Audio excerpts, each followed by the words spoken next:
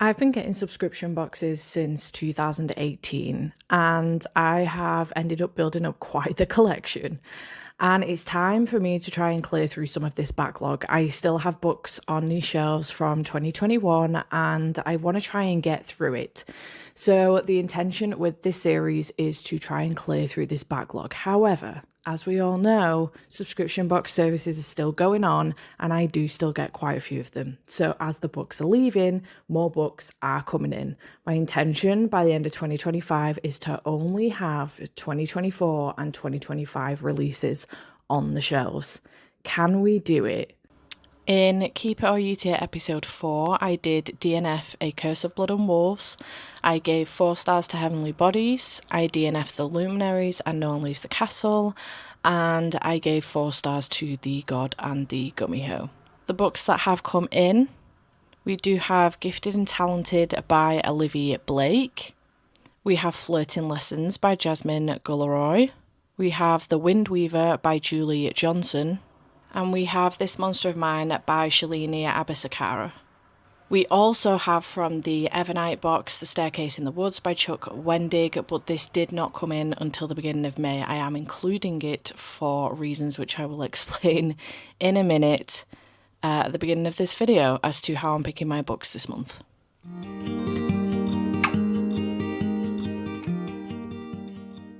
Hi team, I hope you're all well. Today we are doing another round of Keep It or Yeet It. This is episode 5. I cannot believe we are here. I keep thinking I'm making really good progress and then more books come in and I'm like, oh, okay. So we are starting this episode on 33 books, which isn't too bad. Could be better, but I'm hoping to make some really good progress in this round, albeit I'm not actually sure if that's going to work out so well. I decided to do something a little bit different with how I pick my books for this episode, and I actually gave all the control to my patrons. I put a stack of books, I will show a picture of the stack here, on a poll for my patrons. I voted for a couple of those books because I did have some that I wanted to read. So I also voted. Not that my vote made much of a difference, to be perfectly honest, but I gave them all the control. They had a couple of days to vote on this. I got a good chunk of votes. I had like over 300 votes. And the results are in. I will very quickly show you the results on screen now. I don't want to leave this on too long. If you paused the video, you may be able to find out what will be after the book I'm about to tell you about. But otherwise, you're going to find out about these books as we go through the vlog, because I don't know how many of them I'm going to be able to get through. So I don't want to tell you about like the top 6 maybe that I've actually pulled out. I don't want to tell you about the top 6. Just in case I don't get to them all. I don't want to be making promises I cannot keep. So, however, I do wonder if this round could end up being a really good round for finding some new favourites, which does mean that as far as progress is concerned on the actual project, although I will be making my way through some books, I may not make my way through too many. Normally, I get through about 5 books an episode because I end up DNFing a couple and then managing to finish a couple more. But these ones that have ended up winning are kind of chunky. Not the first one, but the next couple are kind of chunky, and I anticipate I'm going to enjoy them. So we will see what happens. This first one I'm on the fence about. I'm not 100% certain how that's going to go. So let me tell you about this first one and let you know what the winner of the poll was. And it was The Honey Witch by Sydney J. Shields. This is absolutely stunning. It's been on my TBR for a year. This came in May last year in Fairy Loot's adult box. So seems like a good time to be reading it, but it's absolutely stunning. I am obsessed. I do hope that I love this one. I know Jade's read it. This is supposed to be like a sapphic, cozy fantasy, I believe. And I do know that Jade's read it, enjoyed it, and has said that she thinks I will like it. I'm under the impression that this has got like really super flowery writing. She said it does not. Because she's usually pretty good at picking up on this for me. But stunning reversible dust jacket as well. But yeah, I'm excited about giving this one a read. I'm anxious, actually. I am excited, but I'm anxious. If I enjoy it, I think I'm going to really enjoy it. But we'll have to see what happens. I'm going in with an open mind. So the synopsis of this says, Marigold Claude has always preferred the company of spirits of the meadow to any of the suitors who tried to woo her.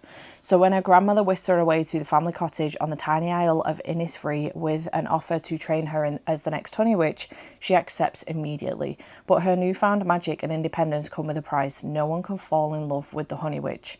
When Lottie Burke, a notoriously grumpy skeptic who doesn't believe in magic, shows up on her doorstep, Marigold can't resist the challenge to prove to her that magic is real. But soon Marigold begins to care for Lottie in ways she never expected, and when darker magic awakens and threatens to destroy her home, she must fight for much more than her new home, at the risk of losing her magic and her heart. It does sound so good. This isn't too long, thank goodness, because some of the others coming up are quite long. So we've got 345 pages in this, not too long.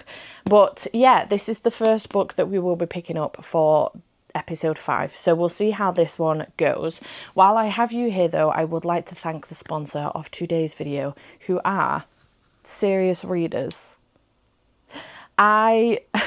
If you've been here for a while, you will know that I love this Serious Light. I am obsessed with it. I love working with serious readers, so it's always a privilege to be working with them and have them sponsor a video. I truly appreciate them, but I absolutely love this light. The Serious Lights range does consist of the high definition light, which is the one that I have, the Alex light, and the classic light. These are the only lights that feature the daylight wavelength technology, which really helps with like eye strain and things like that. I do suffer with headaches and migraines quite badly, so this really helps me for reading when it's a little bit darker outside, when the weather's a bit dull, or even when it is actually dark outside, like at night time and stuff, or first thing in the morning when I get up with Andy. So it really helps with eye strain and things like that. Daylight wavelength technology does replicate the daylight as close as technically possible, which again does help with the eye strain, and it's really helpful. I absolutely love this light. It's so easy to flick on and off. You can change the brightness on it, and you can also change as well the scope of how, you won't be able to see this on video I don't think, but how it narrows down on your book or whatever it is that you are doing. This isn't just for readers necessarily. If you have quite an intricate hobby that you do, this will also be very helpful for you. You can get this in a large standing light, or you can get it in a table light. They have quite a variety of options. And I do have a discount code for you. So if you would like to get £150 off a Serious Light and also free UK shipping, you can use the code Steph and the link in the description box down below to get both of those things. And thank you again to Serious Readers for sponsoring this video. I truly appreciate it. So without further ado, let's get into Honey Witch, shall we? Okay, hello. Some time has passed, not much, but it's 10:10. I'm on sprints with my patrons. I think I gave you an update about something past 8 anyway. So a little bit of time has passed, maybe a couple of hours, and I'm here to give you an update because I have an answer to the question of why people might have voted for this one, because I was surprised that this won, in all honesty. Kind of was and kind of wasn't. And I couldn't decide if people were voting because they thought I was going to enjoy this, or if people were voting because they thought it would be an easy DNF and something quick to get through and get off my shelves. So 47 pages in, I can tell you that this is going to be an easy DNF. I was going to try and give it another sprint, well, the first sprint, but I have been procrastinating starting sprints for 40 minutes because I didn't want to come back to this, and my patrons have encouraged me to DNF it because she's just gotten to Innisfree with her grandmother. And I thought, okay, while we're now at Innisfree with said grandmother and the witchy stuff is probably about to kick in, maybe I should give it a sprint and then make a decision on what to do. However, so far I haven't enjoyed this. I'm incredibly bored. I don't particularly care for Marigold. I don't particularly care for what's going on here. I have read a couple of reviews. I've done my usual trick on Goodreads, read a couple of reviews, and I'm just not vibing with this at all. I can't explain. I don't know if what I'm about to say makes any sense whatsoever, but it's like it's rushed, but also very slow. Like, we're getting quite a bit of information, but nothing's happening. And I don't know if that makes any sense. I don't know how to explain what I'm feeling. I don't particularly enjoy the writing style, and I don't know what it is about it I'm not enjoying, but I don't particularly enjoy it. It's reading quite YA, considering our main character, Marigold, is 21. It's reading quite YA, a little bit childish, and I'm just not vibing. I'm not having a good time. And I didn't necessarily think I was going to enjoy this one, but I was going into it, but it was for reasons that I thought it was going to be the writing style, but I was going into it with an open mind in the hopes that I would, because this is stunning and I really want to keep it on my shelves.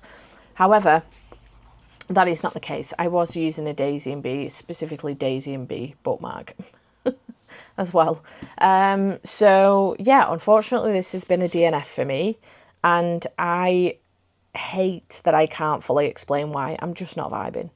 And I feel like that's a valid reason enough to DNF a book, to be fair. But I do wish I had more explanation for you. I just don't, unfortunately. So I am DNFing this one. That was a quick one to get through. However, I'm super excited for the next book that won the poll. And with 34 votes, we do have Iron and Embers by Helen Scheurer, which is book 1 in the Ashes of Thesmar series. So I binged the Legend of Thesmar series back in March, I think it was, and absolutely loved it, which I think is around when this came in. February 2025 for the Romanticy box this came in. So I knew that I wanted to read the Legend of Thesmar series before I got into this one, and I'm very glad that I made that decision, and I will say I would recommend doing that unless you've already actually put this up, because it's been out a couple of months now. But I would highly recommend reading the Legend of Thesmar series before you pick up the Ashes of Thesmar, because this relationship starts in book 3 of the Legend of Thesmar series. You see a sprinkle of it in book 3, you see more of a sprinkle of it in book 4, and then here we are in book 1 of the Ashes of Thesmar series. So I would highly recommend doing that, because I immediately was like, oh my god, I need this relationship. Then I read the synopsis of this and I was like, sick, Helen knows what she's doing. So very excited about this one. I'm really looking forward to it. I also have an arc of book 2 in this series, Thorns and Flames. I don't know what it's called. Let me show a picture of it here. I have an arc of it, and then book 3 comes out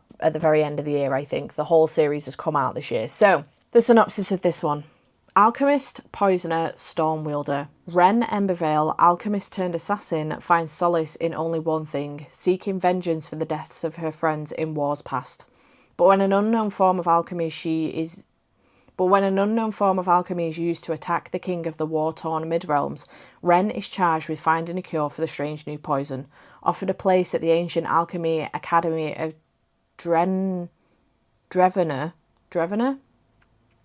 she must claim her spot by conquering the gauntlet, a grueling series of perilous trails that could cost her sanity or her life. Very similar to what happened in the Legend of Thesmar series, but a little bit different. We were following Ren's sister, Thea. She had to pass a set of trials in order to become a warrior legend, essentially. So very similar, but different. Yet the biggest threat of all might come from the man assigned to protect her, Torj Eldbrock, the silver-haired war hero who has hated Ren since she assassinated his last charge. Their shared history ignites a simmering tension that threatens to consume them both. With peace between the kingdoms as fragile as ever and enemies lurking around every corner, Ren will discover whether love can truly heal all wounds, or if it is, in fact, the most lethal poison of all. From the author of Legend of Thesmar series, Iron and Embers is a breathtaking first instalment in the epic fantasy romance trilogy, The Ashes of Thesmar. I'm so excited. Also, this book is stunning. I have flipped this cover. It is a different cover underneath, but I prefer this one. So I will show you what it looks like. But underneath the dust jacket on the naked hardcover, we look like this. And the end papers look like this. Stunning.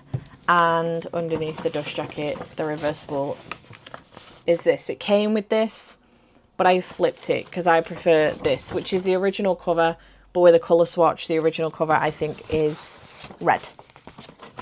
So, yeah, very excited about this one. Very much so looking forward to it. I have higher hopes for this than I did for the Honey Witch.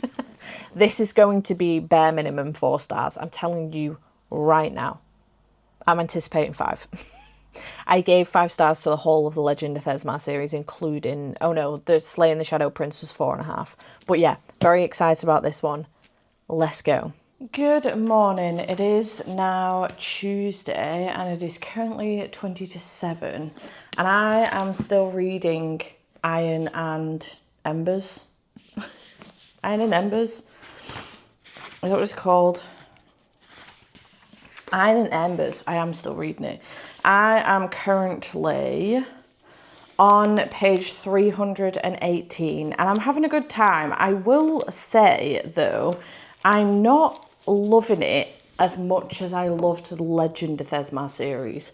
So I'm also not loving it as much as I thought I was going to. This is the problem sometimes with putting a book on a pedestal. I love an established relationship and then getting that relationship. I love it.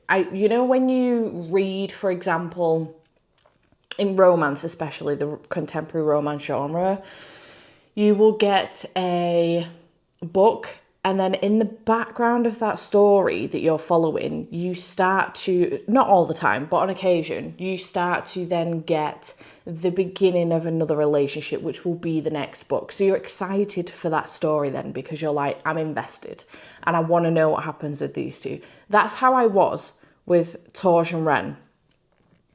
And I don't know why. I mean, I don't know. Maybe it's because it's a slow burn. I don't know what it is about it. I'm having a fantastic time. Don't get me wrong. I'm not enjoying it. I'm having a good time. But I'm just not loving it as much as I thought I would. I always do this to myself though, because then I start to doubt myself. And then I'm like, oh, am I even enjoying myself? I am enjoying myself. I don't know why I'm making out like I'm not. I am. I'm just not enjoying it as much as I thought I was going to, which the bar was very, very high. So, you know, even knocking it down a peg or two means I'm still very much so enjoying it, which I am. And it's so nice to kind of see some of the other war swords as well, Cal and Kip, and get them again as well. I do wish we were seeing more of Thea, though. We're not seeing a lot of Thea. We're seeing a glimpse of Wilder, but we're not seeing a great deal of Thea, which I feel like is a shame, because I do love it when Ren and Thea interact. But yeah, I'm having a good time so far. I'm enjoying myself.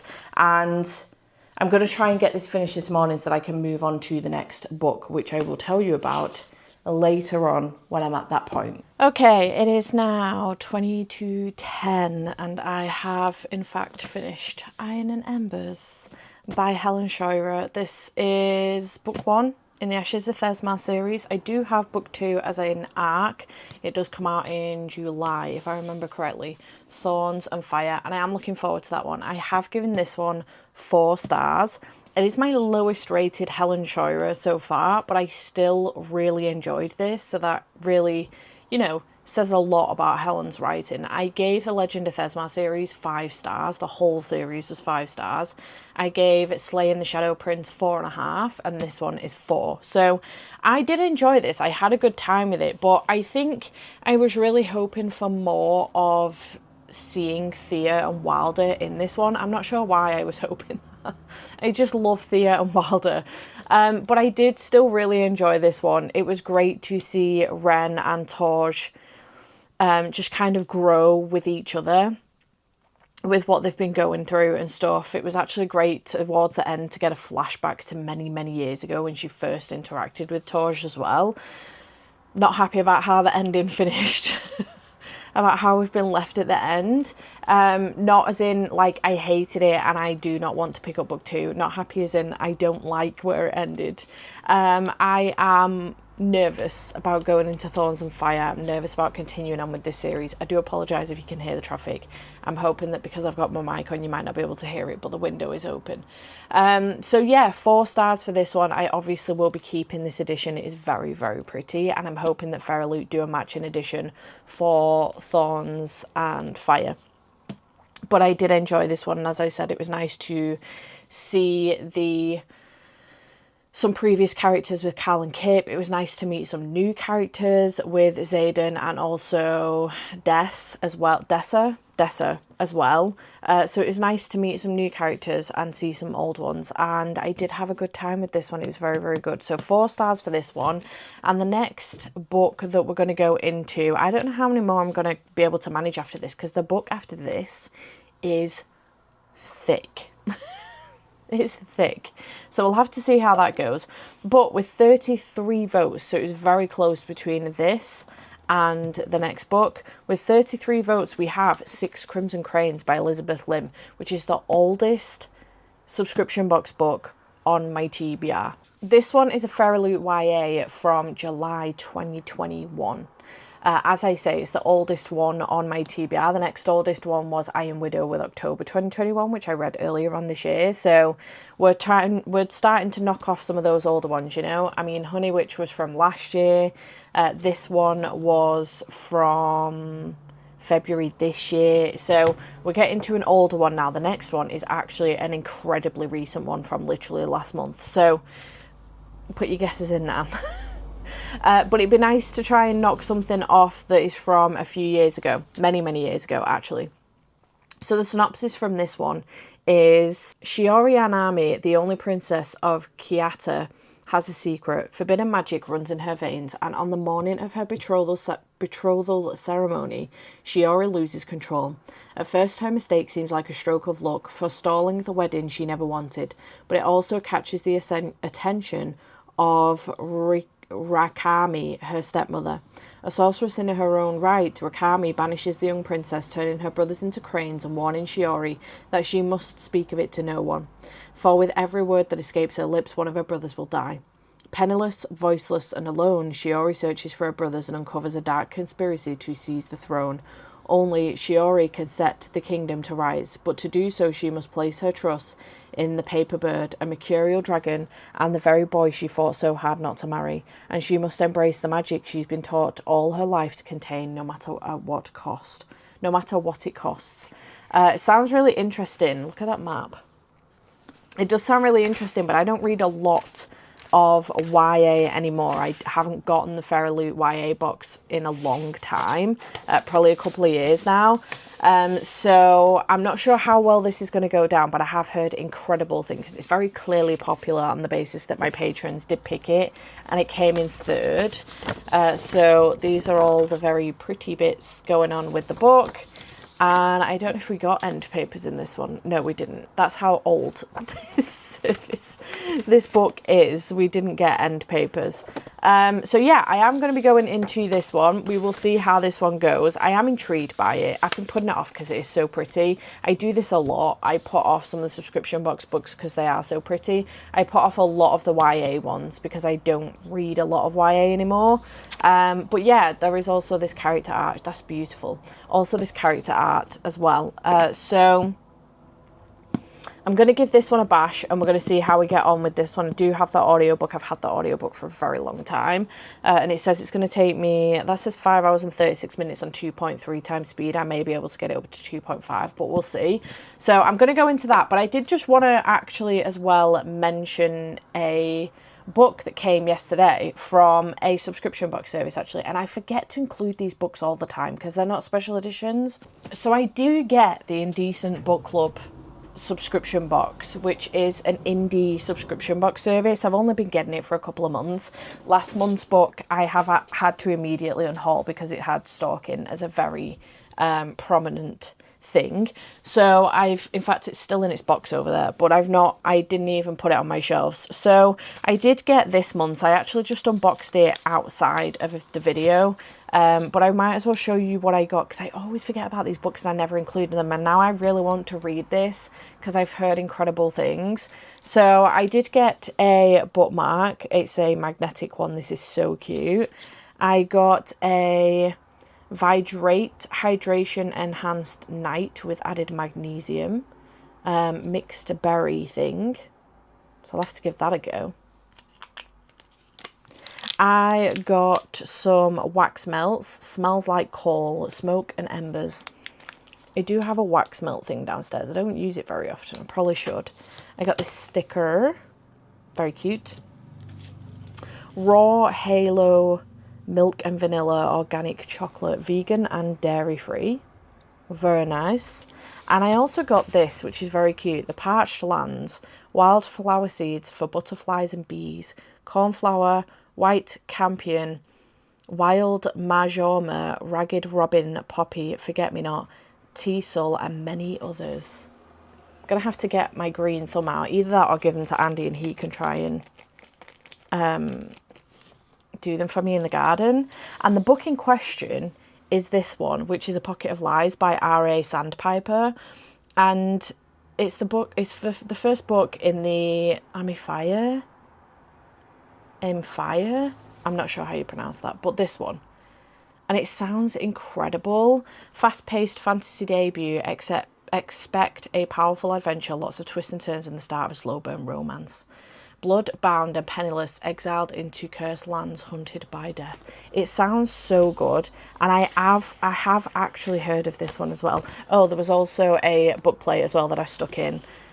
So there's a little map. But I always forget about these books because they're not specifically special edition, but I do get them from a subscription box, so they do count for the subscription box service. I mean, I haven't been adding them to the haul for the subscription box service, so therefore I haven't been counting them as to read. But yeah, I just wanted to mention it. I'm not going to pick it up during this. I may pick it up in the background or something maybe, but I am excited about it, and I did just want to mention that this has come in, and I do get the Indecent Book Club subscription box, and I probably should count that, to be fair, but I don't. So alas, exposing myself. There are more books coming in than I'm actually telling you, but yeah, I did get that, and I just wanted to tell you very quickly. So I'm gonna go get on with this, see how this goes. I'll check in around the 50 to 100 page mark, let you know how I'm getting on. I actually need to put this on charge and this because they're dying. Very slow deaths. So I'm going to do that, and then I'll come back to you in a little bit. Okay, a bit of time has passed, maybe an hour and a half-ish. It is 11:05, and I have made it to page 100 in Six Crimson Cranes, chapter 10. I will say this reads really, really fast. Very, very fast, actually. It's a YA fantasy, so that makes sense. But it does read really fast.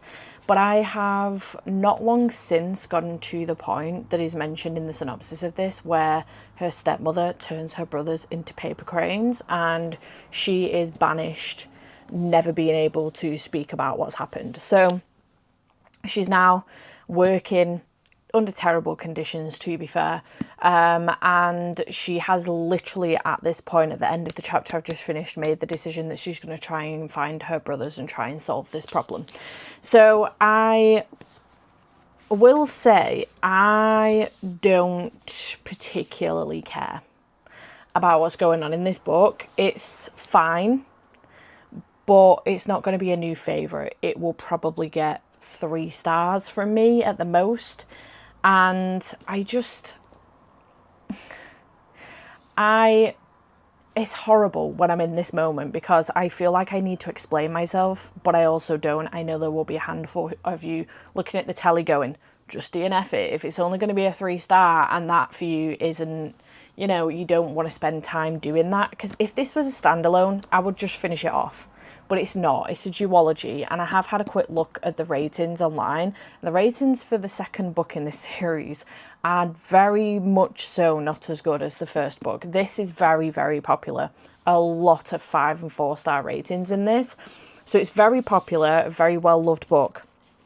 However, the second one has not received as much love, and it doesn't have as good a rating for the second one, and I don't want to commit to that. If this isn't going to wrap the story up nicely enough that I could just read this one and leave it at that, which it will not, I don't want to commit to that. If the second one had raving reviews, glowing reviews like the first one does, I would probably make the commitment with it only being a duology.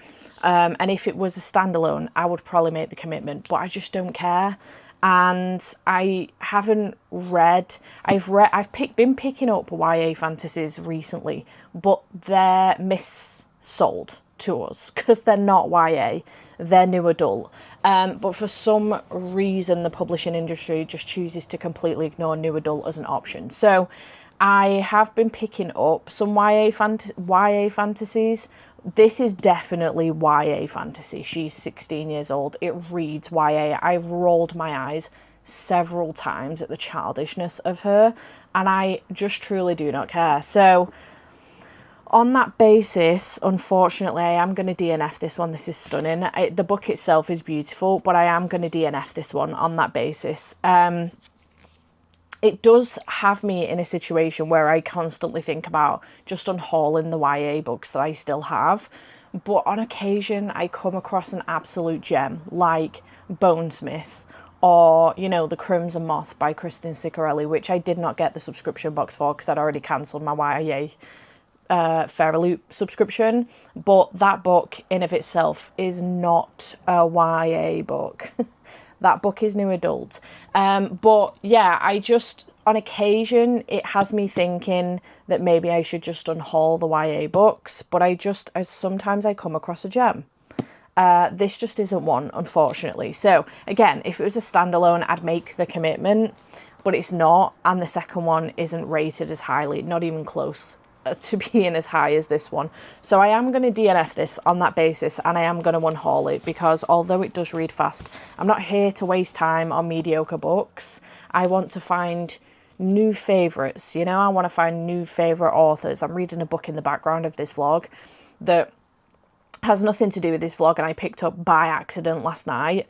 Not by accident, I purposely picked it up, but it wasn't on my, like, stupidly high on my radar, and I'm obsessed with it and already want to read the author's backlist. Like, obsessed. I can't tell you how obsessed I am with it. That will be coming in a separate vlog that I've just decided to start filming because I need to tell somebody how obsessed with this book I am, despite it being fucked up. So I am on DNFing Six Crimson Cranes, second DNF for the vlog, third book for the vlog. My fourth book for this vlog is chonky. It could end up being my last book for the vlog, but we'll see what happens with it. And it got 25 votes, and it's a new one. So much so that it literally came in last month's box, and it is The Wind Weaver by Julie Johnson. And this is absolutely stunning. Stunning. I've heard not a great deal of things about this, but I've heard mixed things. The stuff that I have heard has been mixed. But this is, sorry, let me just do that properly. This is beautiful. End papers. I think this is going to have a love triangle, and I fucking hate love triangles. I have not met a love triangle I've liked yet, I've got to be honest. If I'm not already invested in one of the couples, it's not too bad. But if I become invested in a couple and a love triangle hits, I will DNF a book. So there is that to think about. But yeah, I believe there's a love triangle in this. The reverse of the dust jacket is the original dust jacket underneath. A colour switch, maybe? If I remember correctly, this is like red.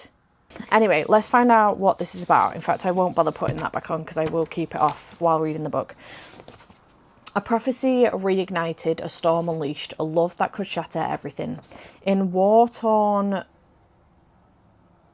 and Wyvern, maybe, fear of magic plagues every corner of the kingdom, and halflings like Raya Fleetwood are hunted and killed.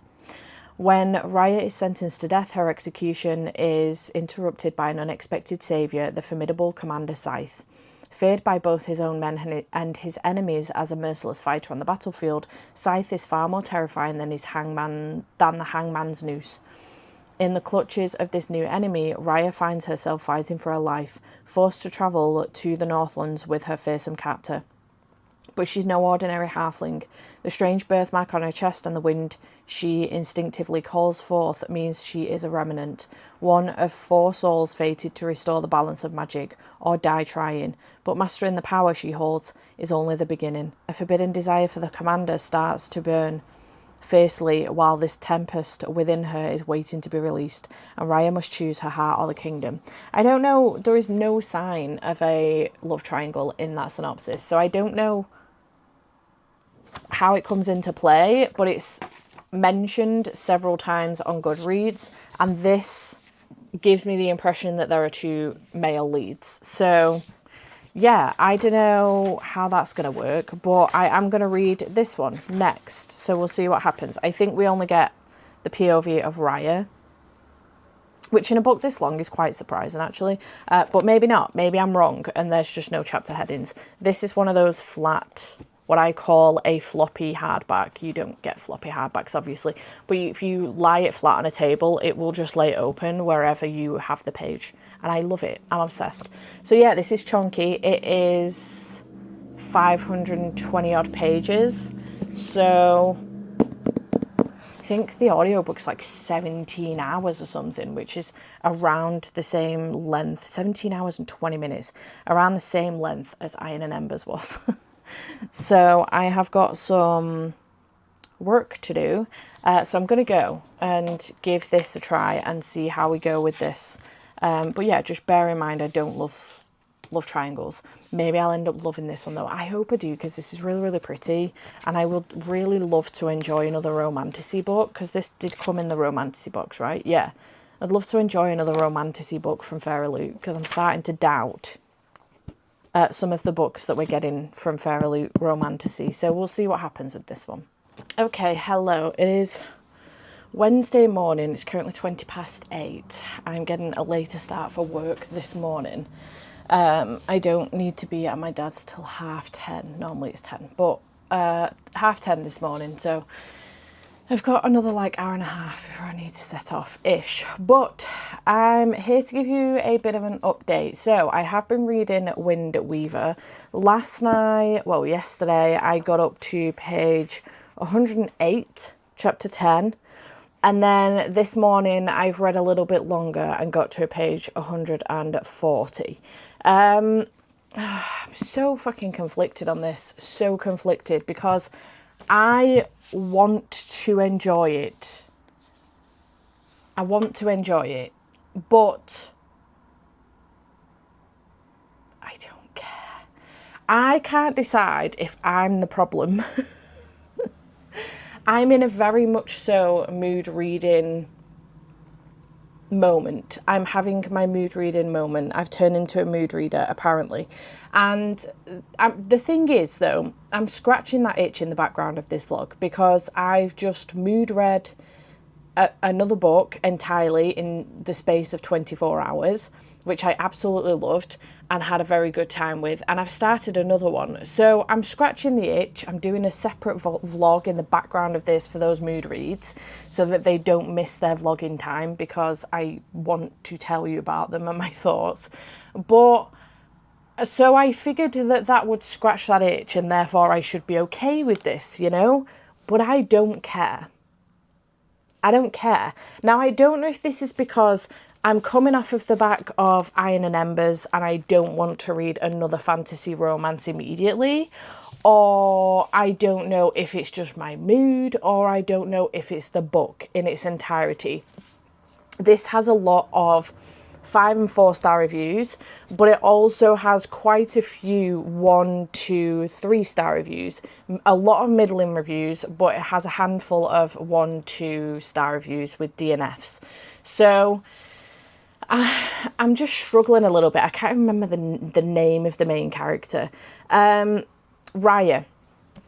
So we start off with her. She's basically being held hostage by this group of people, and they're waiting for Scythe to turn up. This guy to turn up who is essentially the executioner and will decide how she dies.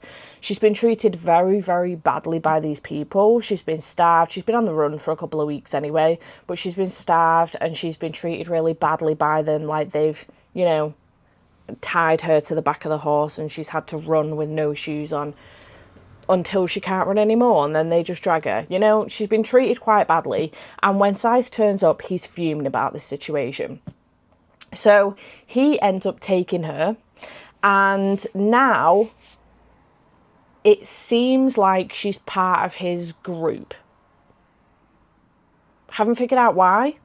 Don't know what's going on. And we've just gotten to a point now where they've managed to find themselves a place to stay. We've met our second, I don't think she's going to be a main character, but only the second female character in this book so far, 140 odd pages in. And I don't know. I don't care. These characters feel very one-dimensional. There's not much to them, so I'm not invested. I think, so I was under the impression that maybe this is going to be a love triangle. I'm now under the impression that we could have an ACOTAR situation on our hands here. Like a Tamlin-Reese situation. Maybe not as extreme, but maybe like a Tamlin-Reese situation. So, my favourite character in all of this is Soren, who we don't get enough of, which is a real shame. And from the looks of other reviews, people are feeling the same, and they're hoping that in the second book there will be more of Soren. And I don't know what to do because I don't care. Why is this book so long? What is the need? Why is it so long? I think if this was like 300 pages or 350 pages, I'd probably just read it. But it's 520 odd. Is there any need? I just don't know what to do here. I don't care. Don't care about the characters. I don't care about the story. The only character I do care about is Soren, but I'm not really that invested.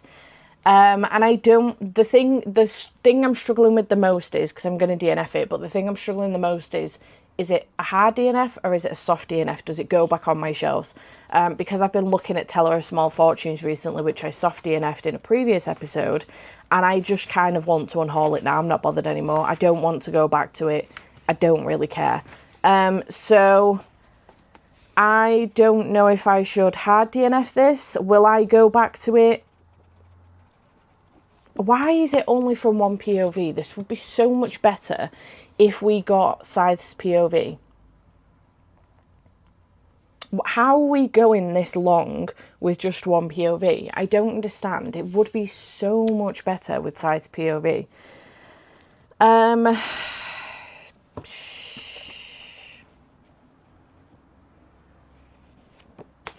I don't know what to do. I'm so undecided.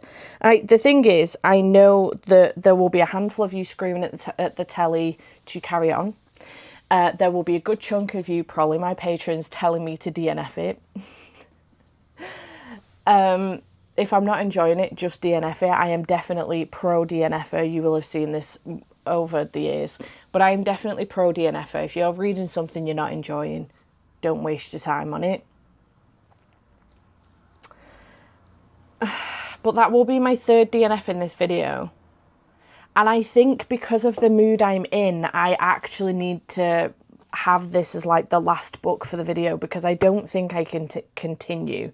Because I don't know if it's my mood that's potentially affecting some of the books. Like, I went into Honey Witch thinking that there was a good chance I was probably going to DNF that book, but I was giving it, I was being open-minded with it.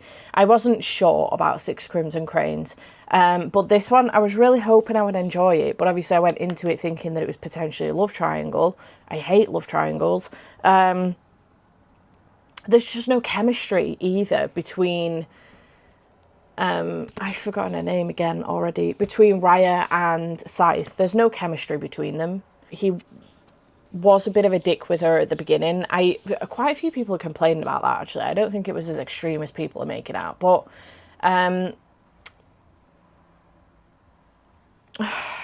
I've read this story before, and I was way more invested in that one.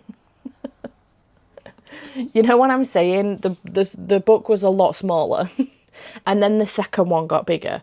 I think this is only a duology. Maybe that's why the book's so big. But if you're gonna do a book this big, I think in a romantasy, I think you need to give us multiple POVs, at least two. Like, the FMC and the MMC. The other thing as well is that this is quite slow. Like, pretty much almost nothing has happened. There's been a bit of a fight with some centipedes, some giant centipedes, but other than that, pretty much nothing has happened. And I'm 142 pages in, 146, 141, 140, what am I? 140 pages in. Oh Jesus, I don't care. I think I need to DNF this book. Hard DNF it. I think that's what I'm going to do. I'm going to hard DNF it. These updates have been quite long. This vlog, I don't know how long it's going to end up being because the updates have been relatively long, I think. But I do think that this is going to end up being the end of the vlog here because I don't, in my current mental state right now, I don't think that this vlog is working. The books aren't working for me. And I think on that basis, rather than ploughing my way through a whole bunch of DNFs that I'm not 100% certain on, I need to just stop the vlog and end it here. I think that's the best thing for me to do. I'm happy with how this has gone. I've got through 4 books. I would have liked to have gotten through more. But honestly, on the basis that my patrons were picking, and I did have some chunkers that were picked for, you know, like Iron and Embers is a chunky one, and Six Scorched Roses isn't a small book, but The Wind Weaver as well is also very chunky. I wasn't anticipating getting through much more than this, to be fair. The next one that I would have ended up picking was The Girl Who Fell Beneath the Sea with 24 votes, and then Fangirl Down also had 24 votes, these 2 books. But the thought of picking either of these 2 up right now kind of fills me with a sense of dread. And I don't think it's the book that's the problem. So I'm just not going to do it. I think on that basis, it's probably best if I don't continue with the vlog. But very quickly, I have DNF'd The Honey Witch by Sydney J. Shields. To be fair, that probably makes sense. That probably tracks with everybody, to be fair. Cottagecore, cozy fantasy vibes. I don't think I'm probably a cottagecore girly. Not that there's anything wrong at all with being a cottagecore girly. I kind of wish I was, but I don't think it's for me. Then we had Iron and Embers by Helen Scheurer. This was a 4-star read for me. I really enjoyed it. Had a very good time. Very excited for the next one, which I do have an arc of. Glad that I've managed to get to that one. 6 Crimson Cranes by Elizabeth Lim, I have DNF'd. I'm not feeling it. It's very, very young, and I don't really read YA fantasy anymore. When I do reach for them, I tend to be going for the ones that are much older and are probably actually new adult than YA. But yeah, this one is very young, and I just don't really care. And then last but by no means least, we've got The Wind Weaver by Julie Johnson. I will maybe sit and think on this. I mean, I don't tend to unhaul these books until I've filmed my ins and outs video anyway. So I'll probably sit and think on this, and you'll probably find out in my ins and outs video whether or not I'm actually unhauling this one or whether I'm going to put it back on the shelves and give it another chance. Right now, I don't care. But you know, a couple of days could go by. This is the other thing I could do, is let this vlog continue, let a couple of days go by and see whether or not I'm in the mood to pick it up again. But I did not want to pick this back up this morning. I did not care for it. I managed only like 40 more pages before I was like, okay, I don't want to listen to this anymore. I've had enough. So I feel like maybe I'm making the right decision. I'm just sad because it's so fucking pretty as well. So I am, for that time being, DNFing this one, hard DNFing, but it could become a soft DNF and end up back on the shelf. We'll see. So, yeah, The Wind Weaver as well. So, yeah. Episode 5 of Keep It or Yeet It. I don't know if I'm going to do an episode of this in June. I may skip June. I go away at the end of June, and then I'm away again at the beginning of July. Literally like 7 days after I get back, I'm away again for a weekend. So it's a very busy period of time for me, and I will be spending a lot of June trying to pre-film videos for while I'm away for those 2-3 weeks-ish. So there will be like a week where I'm at home, but I will then be editing the vlog from holiday. So, you know, and also Summerween. So, you know, I will be trying to get up to date with lots of reading and lots of filming and editing. So I don't think I'm going to film an episode of this in June. I may skip June. Just give myself a little bit of a break. I've been feeling quite... I love doing this series and I love what it's forcing me to do because I am enjoying myself, but I have been feeling the last couple of episodes like I'm struggling a little bit. So I did want to do something a little bit different this time and take the decision making out of my hands. But I think because I've come off the back of 30 books in 30 days and I'm very much so this month in a reading mood, that necessarily hasn't worked out for me, unfortunately. So we are ending this vlog on day 3. It is what it is. But I have managed to get 4 books sorted. 3 of them are going off my shelves permanently. 1 of them is in question and 1 of them is going back on my shelves but read. So that's all right, you know. I did get rid of the oldest book on my shelf as well from a subscription box, so that's good news. But yeah, chat to me in the comments down below. I hope you have enjoyed this video, and thank you again to Serious Readers for sponsoring this video. I truly appreciate it. If you would like to check them out, there will be a link in the description box down below. Please do go check them out. There will also be my code Steph, which will get you £150 off a high definition light and free UK shipping. So feel free to check them out in the description box down below. Thank you again for the sponsor, Serious Readers, and I will see you in whatever comes next. Bye for now.